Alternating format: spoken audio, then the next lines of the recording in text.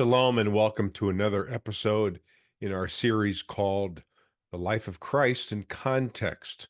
Today we're going to specifically focus on where Jesus taught, and that'll take us to some of the first century synagogues in Israel as well as the temple in Jerusalem. Thanks for joining us for this new session.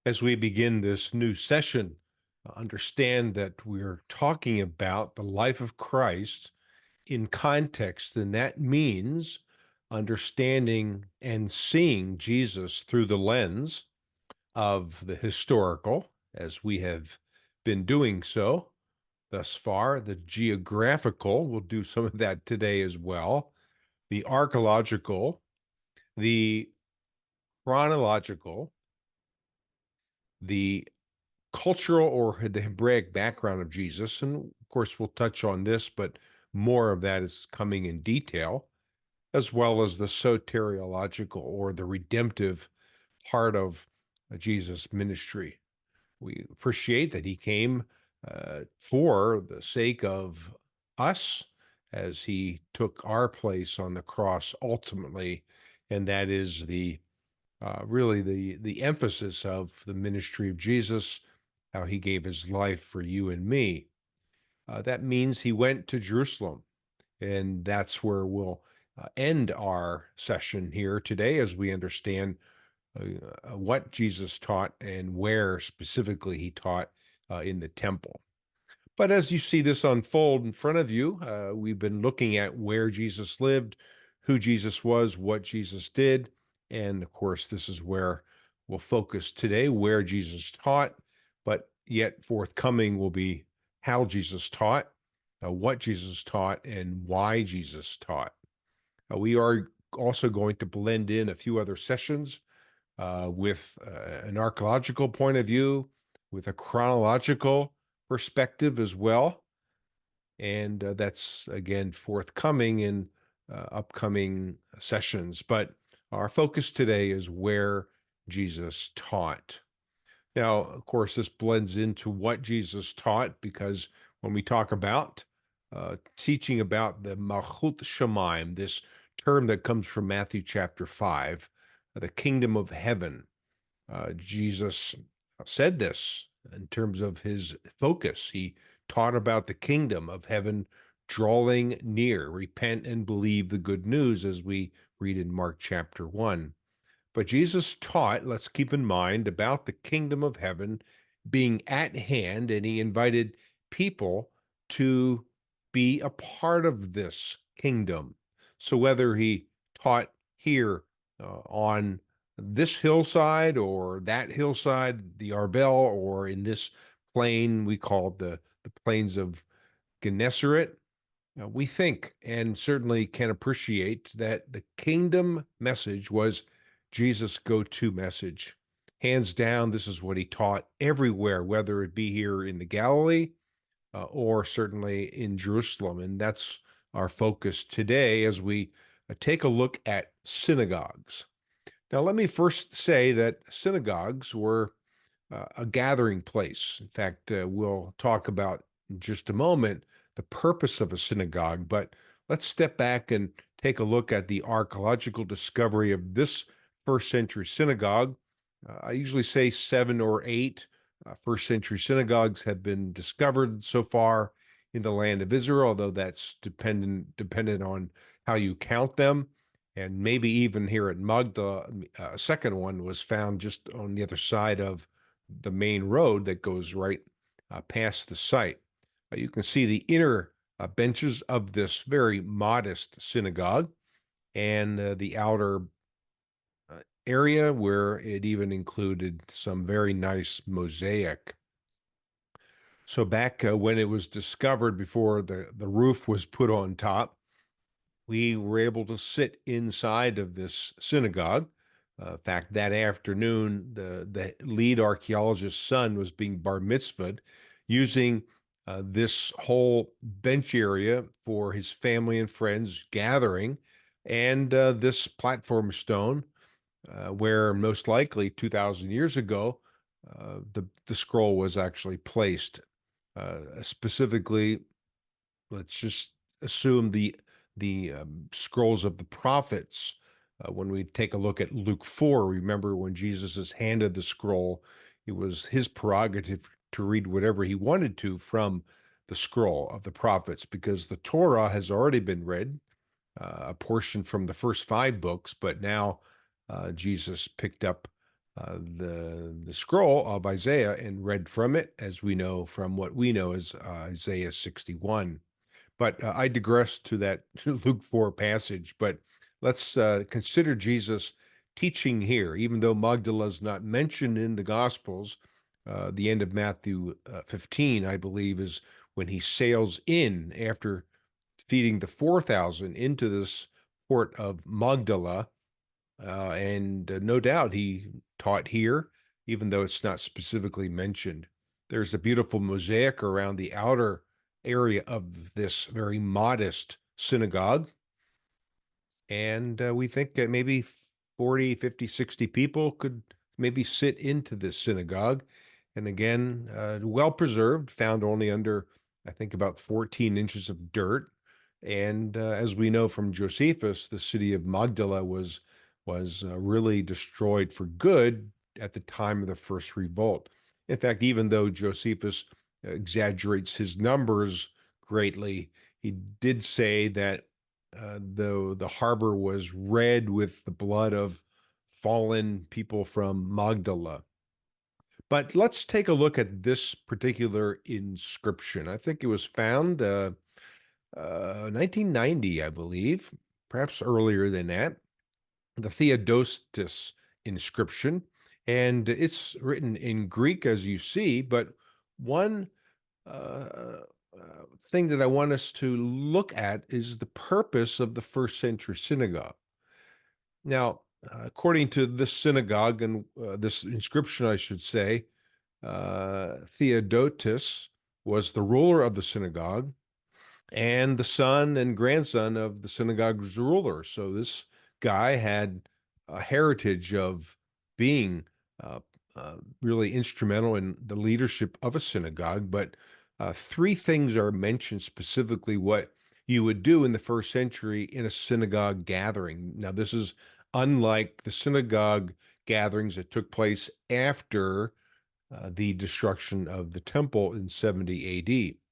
But prior to 70 AD, at the time of Jesus, the reading of the Torah was, of course, observed, the teaching of the commands, and the synagogue, believe it or not, was also used as a guest house for travelers. Here is the whole inscription, and you can read it there. And of course, any time that I'm going too quickly through these sessions, you can always pause me and take a look or read carefully the script that I have on the screen. But there it is, the reading of the law, the teaching of the commandments, as well as a guest room, the chambers and the water fittings as an inn for those who in need from abroad, the synagogue which his fathers founded with the elders and Simonides. So we have a pretty clear description of the purpose of the synagogue. It was not yet a worship center, nor would it really turn into one, because I guess I should clarify that, because after the destruction of the temple in 70 AD, certainly the sacrifices offered to God through the animal sacrifice would now be replaced with prayers. And certainly prayers and reading can be a form of worship. So don't misunderstand me there, but it was really never a place where you would worship as we would know the term and practice the term. So prior to 70 AD, this is where you gathered, you listened to the reading of the scriptures, and then typically the rabbi would interpret what he read. Now, that was the first century synagogue at Magdala. Here's another one at Gamla. Now, this picture is a little hazy there, but just where I'm pointing to is 6 miles due east. It's the northern tip of the Sea of Galilee. And like Magdala, well, unlike Magdala, it's only mentioned once, but Gamla here is not at all mentioned. So we credit the Archaeology Illustrated folks who provide this picture for us. This was, again, where the first revolt took place, the first major city actually battling against the Romans. Of course, the city fell easily to the hands of the Romans. Josephus again tells us that thousands of people died here in Gamla. In fact, there you can see the Sea of Galilee in this illustration. But behind the wall in the tower of the city, there is the synagogue, and a little bigger than the one that we just saw at Magdala. But I have to think, even though the eastern side of the lake was primarily infested, if you will, and I say that and use that word in comparison to the western side being more Jewish oriented, Jewish communities, towns, and villages, of course. But here on the eastern side is where the Gentiles lived. In fact, we'll at some point talk about the Mark 5 story and the demoniac, which happened on the other side, as Mark would tell us. But the synagogue gathering, if we were to reconstruct one, in fact, this is one that we can see at the Nazareth village. You can see how it's sort of rectangular in fashion. The roof would have been supported by the pillars, and you can see the benches, so everyone saw each other's faces. Think of this. Think of Jesus grabbing the scroll or being handed the scroll here in this case. And it was in a synagogue service in the first century. It was his prerogative to read whatever of the scroll was handed to him. So people would have seen him. He probably would have, as Luke 4 implies and tells us, also Matthew 5. He sat down, a sign of authority or smeka, and he would interpret what he just read. Now, we do have a third century synagogue nearby at a place called Chorazin. Now, it's not as impressive. It's quite modest as well. You can see the ruins that are primarily from the third century. This is high on the northwest corner of the lake. But what's interesting is that during the COVID year, they did some excavation here. And as I understand, what they found are ruins from or structures and certainly pottery that you see there on the right that indicate a first century level. So as you perhaps know and are aware of, when you dig down through the layers of occupation, the lower you go, the earlier the ruins are. But when we talk about the chronology of Jesus' life, certainly he began and focused in the Galilee, HaGalil in Hebrew, which included anything from the Nazareth to Cana in this area, but certainly along the northwest corner of the Sea of Galilee. As I mentioned, on the east side was primarily Gentile cities. The exception may be Bethsaida, although we think that Bethsaida was on the west side of the Jordan River as it flows down from the north, and Gamla, which is 6 miles to the east. I'm pointing to the approximate area here. But when we talk about the chronology of Jesus, we're talking about him going to Jerusalem probably 6 or 7 times during the course of his ministry. We'll talk about this in more detail. But when we talk about really the unfolding of the 3+ years of Jesus' life, certainly he was a rabbi with obscurity. He wasn't well known yet, but when he began to do his teaching, his miracles, of course, healings, and certainly teaching about the kingdom, his popularity grew. But we do know that as his popularity grew too much, if you will, the Jewish leaders, the Pharisees, the leaders in Jerusalem were trying to put an end to this. So certainly the opposition began to increase. Although I think commoners all over the Galilee were certainly intrigued with what he was teaching. And this is, at least in part, in summary, how the ministry of Jesus unfolds. But he primarily is spending time here. He's going down the Jordan River, the valley here, turning due west at Jericho, and then literally ascending to Jerusalem. John 4 records that at least one time he did go back to the Galilee, not returning the same way that he came, but he went through the Samaritan hills and met the woman at the well at Sychar. We read that in John 4.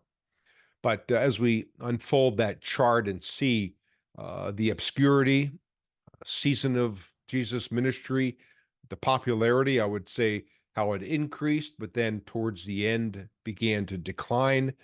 And then, of course, the opposition also increased that would find Jesus in Jerusalem one last time, and there he would be crucified on a cross. But this is a good overview, if you will. And again, we have two specific sessions coming up that will speak about the chronology of Jesus' life in more detail. So, Jesus' pathway, if you will, and this probably would be indicative of almost every Jew coming either from Nazareth. There's the Jezreel Valley. Nazareth is the beginning of the lower Galilee, and of course, Capernaum, where he established his home base. They would have simply come down about 60 miles or so down to Jericho, and then literally climb to the Jerusalem hill country, the hills, part of the Judean hill country, and there he would certainly spend time there in Jerusalem, teaching primarily in the temple. So I like this map, this overview, compliments of our friend Wayne Stiles, who indicated that when Jesus came from the north, he came past Old Testament Jericho, which was no longer being used because New Testament Jericho, remember where Zacchaeus and Bartimaeus lived, and that would have been a little further south from the Old Testament tell or site. But here in the area of the Hasmonean Palace slash Herod the Great's winter palace, he would have then really ascended with every other pilgrim through the desert. We call this the Wadi Kelt, and then finally making his way to Jerusalem. So a very difficult climb, if you will, and you can see the elevation gain over 4,000 feet from Jericho to Jerusalem. So quite a challenge, and again, through a very difficult terrain, the Judean Midbar, the desert, where it only really rains in Jericho and maybe the slopes of the desert only a few times a year. I love this old picture, compliments of Todd Bolin and his ministry called Bible Places. But you can see this, I guess, 100-year-old pathway or road that would have come right through Bethany, and Jesus would have done this himself. There's the road, again, illustrated from about 100 years ago, I'm guessing. And then Jesus would have gone around Bethlehem or Bethany, I should say. Excuse me, I said Bethlehem. But Bethany, the home of Mary, Martha, Lazarus, of course, and Simon the leper.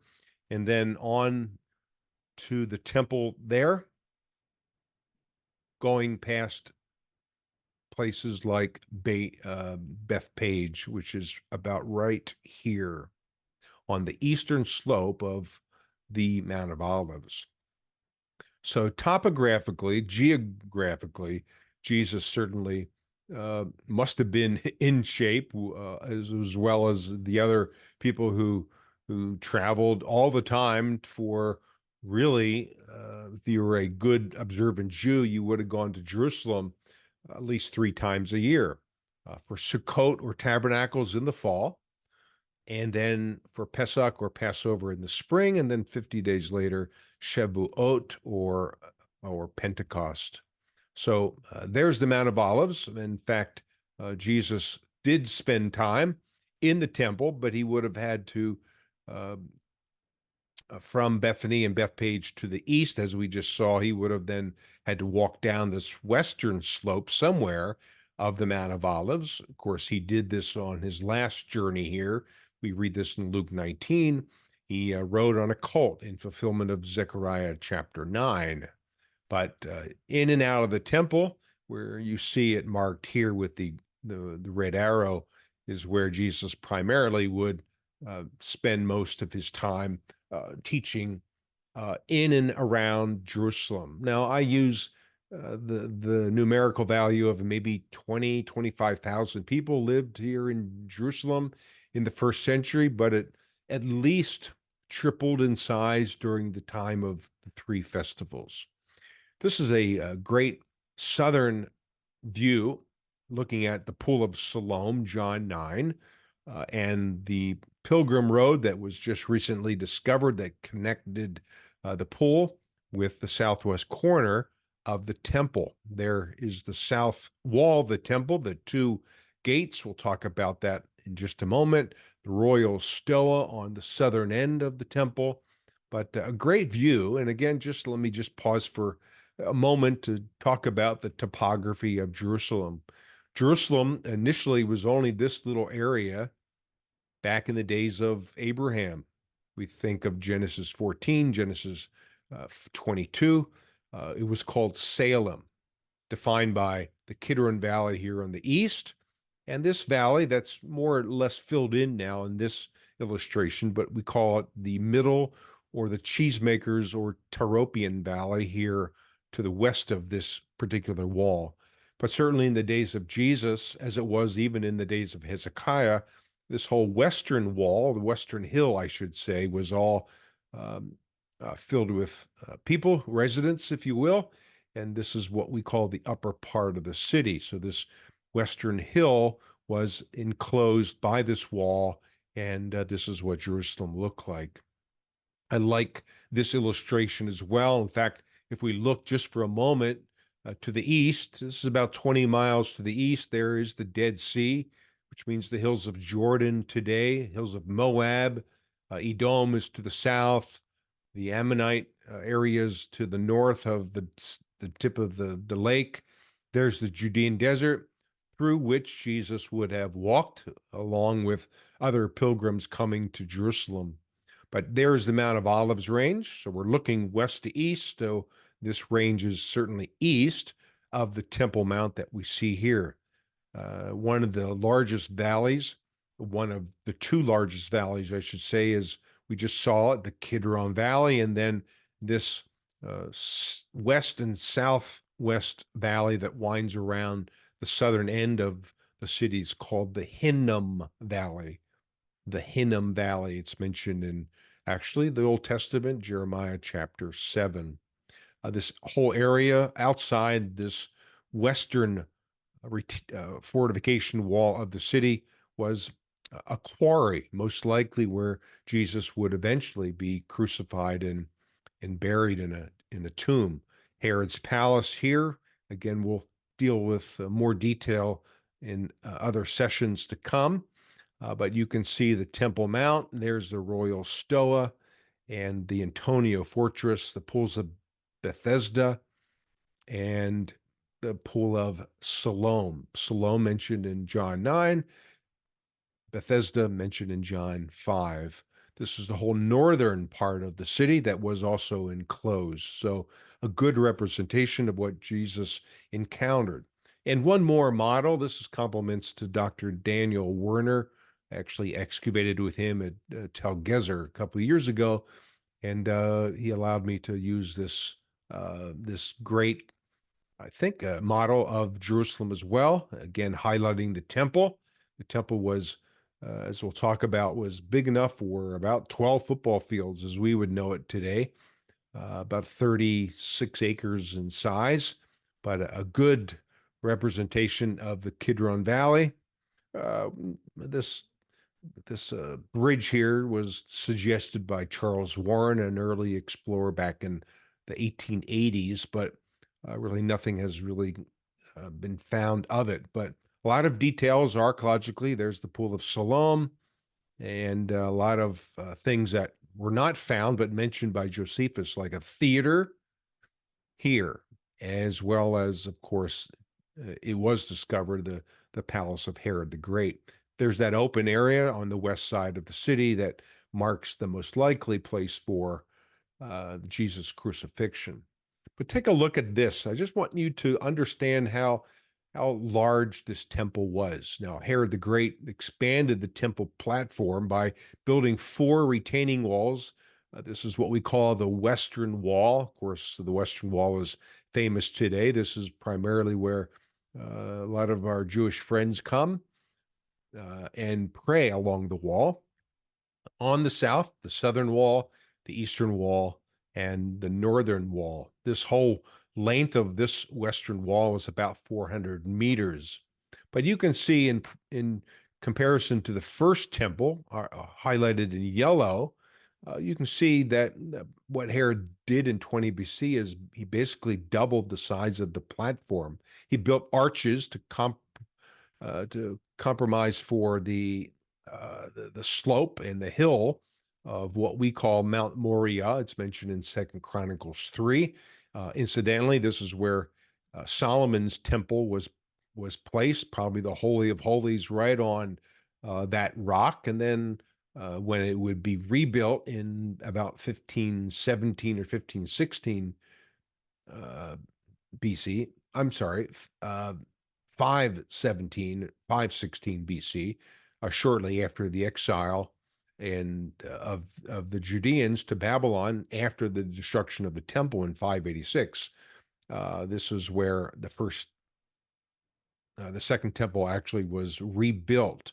Remember, Zerubbabel is the one who builds the foundation, and you can see how small it was in comparison to what Herod would do later on in 20 BC. We still call Herod's temple the second temple because it's essentially the same temple, but just an expanded version.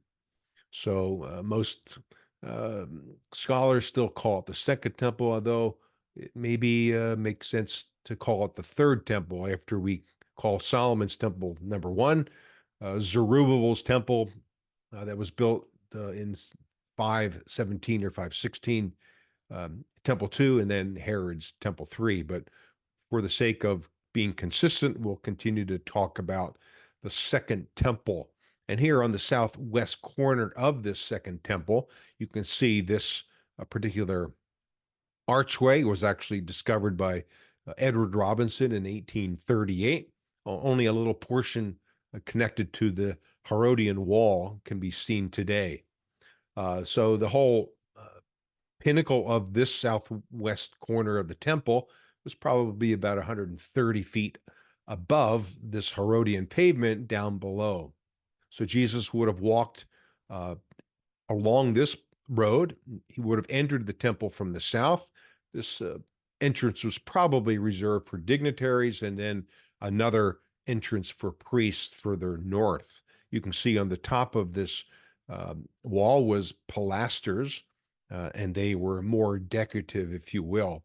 Here's another good model of this archway, again, called Robinson's Arch today archaeologically, and more specifically now you can see the southern steps, the area where the commoners would have entered into the temple.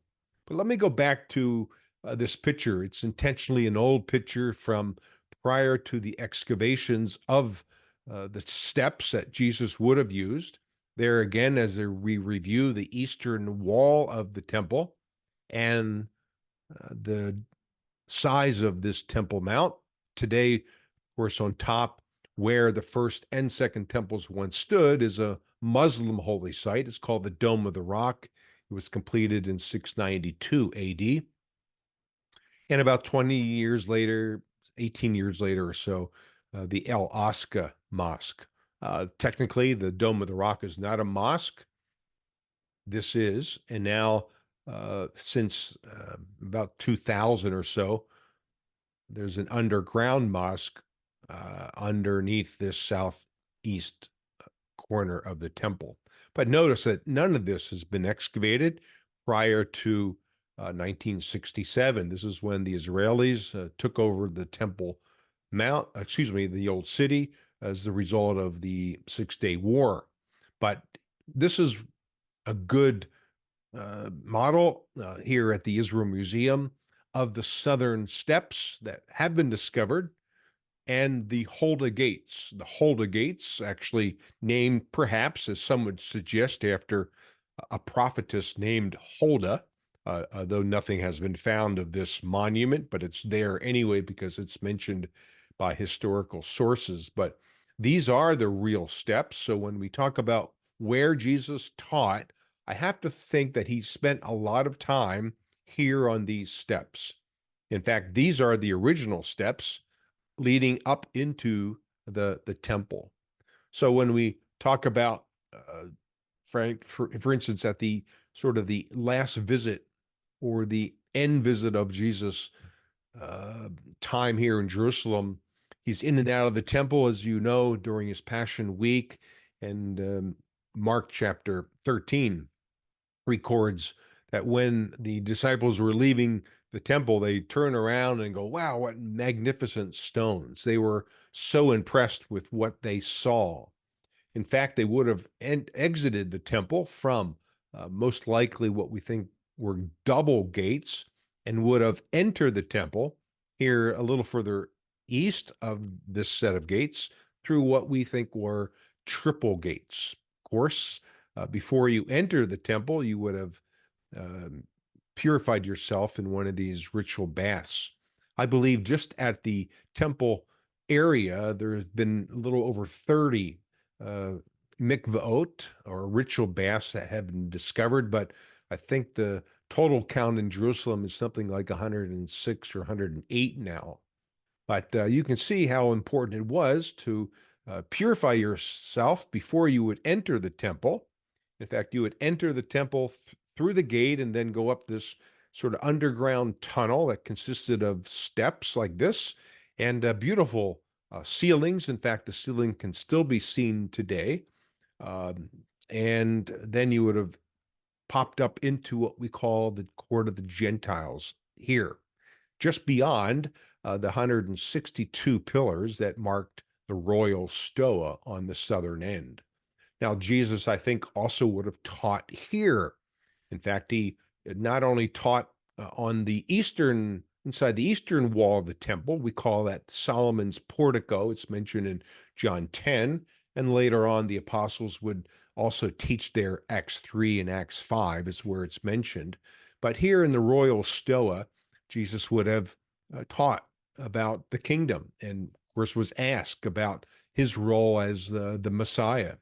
So it's a good illustration here of how Jesus was willing to share what he was all about, his kingdom message. Every Jew then could have walked into the court of the Israelites right through an opening that was part of this very short, we think it's about a 4-foot high wall. Every 15 or 18 feet, there was an inscription written in actually Greek saying if you're a Gentile, you're going to be put to death, because whereas this court and this outside court and even here in the north end, this was open for Gentiles. Only the court of the Israelites and then the inner court of the women were reserved for Jews. And this is a good illustration of the court of the women, complete with the 4 candelabras, different chambers, as well as one of the chambers was the chamber of hewn stone, as we know. The 15 Levitical steps, where most likely the Levites would have recited or even sung some of the Psalms of Ascent, Psalm 120 to 134. And then what we call Nicanor's Gate. This very well could be the beautiful gate of Acts 3. It was actually built by an Alexandrian Jew called Nicanor. They found his ossuary on the Mount of Olives, but it was a huge gate, and behind this gate was the court of the priests, where the altar was. the laver, and of course, then the chamber of the temple. So Jesus, no doubt, taught here as well, teaching about the kingdom and being asked about what his overall purpose was. And of course, his final visit to Jerusalem, he would be condemned for who he was, and the opposition rose to the point where they had him crucified. But I also just want to end this session as we talked about synagogues and, of course, the temple in Jerusalem, the two primary uh, locations or structures where he taught. But uh, don't miss the fact that I think Jesus taught everywhere, wherever people were, whether it be one of the harbors of the Sea of Galilee, like this one, Capernaum, one of 15 harbors, or whether Jesus is simply talking about the kingdom. In fact, we read this story in Mark 2, one of these structures. In fact, all of these structures with black basaltic stone are from the days of Jesus. So could it be that Jesus knew people who lived here in this house or in this house or over here or even on the other side of this 5th century synagogue, most likely built upon or over the 1st century synagogue? So I think Jesus taught everywhere. He was, of course, befriended by many. People came up to him with their sick, with their diseased. People approached him. They wanted him to show compassion. In fact, this Mark 2 story that unfolded in probably a house that looked like this, although this is a stone house from a later time period. It's at a place called Cutsreen, which is on the Golan Heights today. But I'm showing you this picture because Mark 2 even records a story where there's a guy being lowered down by 4 of his friends down through the roof. And of course, Jesus not only heals him physically, but says, "Son, your sins are forgiven." And of course, the grumpy Pharisees in the corner of the room are saying, who can forgive sins but God alone? So Jesus was teaching about who he was, and certainly the kingdom, as I mentioned, in every place, wherever people were. Jesus taught where people were. So whether it be the beautiful hills of the lower Galilee looking over to uh, the hill of Moreh here in the Jezreel Valley, even that particular city is one that's mentioned in Luke 7, I believe. It's the city of Nain. So on the northern side of this hill of Moreh. In fact, I'm taking this picture from the traditional precipice of Nazareth. So I think Jesus would have, from his hometown of Nazareth, would have seen Nain every single day while growing up. And of course, Luke 7 is where Jesus heals this guy who just died recently. So Jesus taught everywhere. He no doubt taught in Cana, where he would perform his first miracle, John chapter 2. This is believed to maybe be some of the structures of ancient Cana off the Beit Netofa Valley, with Nazareth just on the horizon, just around the bend. So all of this would have been very familiar territory, and certainly even to more Hellenized Jews like those who lived here in Sepphoris or Sapori. It's only 4 or 5 miles as a crow flies from Nazareth. So why not reach out to these people too? Highly Jewish in ethnic orientation, but Jesus, I believe, taught everywhere, wherever people wanted to listen to his message and certainly glean from his kingdom teaching. And certainly this goes without saying that Jesus taught, as even the Gospels tell us, out from the shoreline of the Sea of Galilee. Now, a couple reasons for this. Of course, the crowds, if they were to gather on the shoreline, they would be too numerous for Jesus to simply speak to all of them. So oftentimes, I think that Jesus most likely got out in a boat, not a boat that looked like this, but he most likely got out in a boat, set off the shoreline, and then for the second reason, acoustic reason, his voice would have carried well to those back on the shoreline of the lake. So Jesus taught everywhere, even in a boat, in a setting to many people who gathered. Some people gathered out of a curiosity for what he was teaching. Others were wanting to bring again their sick, their disease to Jesus. But a beautiful picture here, looking back to the cliffs of Arbel. Jesus would have walked and no doubt taught about the kingdom here, as he would have walked through this, what we call the Valley of the Doves today, in between the two cliffs of the Arbel. So here's that boat. I was looking for it. And can you imagine Jesus getting into a boat like this, pushing off the shoreline, and then speaking back to the people on the shoreline of the lake?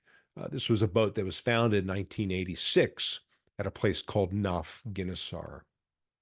And who knows how often Jesus climbed to the top of the Arbel cliff. It's a mountain that's not mentioned by name in the Bible, but below us we can see the area of the plains of Gennesaret. Just below the cliff here is the Magdala. Just around the bend, right there, is Capernaum, Bethsaida, Chorazin, just the whole west and northwest corner of this lake. In fact, on a clear day, you can actually see Mount Hermon, a snow-capped mountain, for 5 or 6 months a year, about 35 miles to the north.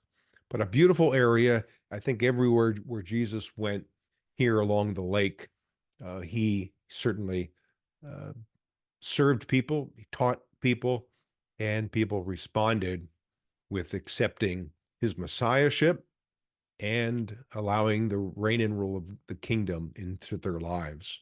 Let's go back to Gamla one more time. And there we've just been to the synagogue down here off the slopes of this city. But here in this clear picture, you can actually see now how close we are to this northern tip of the lake. It's only 6 miles due west. So Jesus indeed went to every hill and valley where people were, to small towns and villages. He probably saw sunrises like this from the upper Galilee. And that was who he was. And he certainly was all about teaching the kingdom. So I hope that you enjoyed this session on where Jesus taught. And we'll pick up some of what we've talked about in upcoming sessions, because again, where he taught and what he taught and how he taught, of course, we'll review and even revisit some of the sites that we've been to in this specific session, but more to come. And I hope that you're able to join us for upcoming sessions in this series called The Life of Christ in Context. So thanks again for joining us, and until next time, Shalom.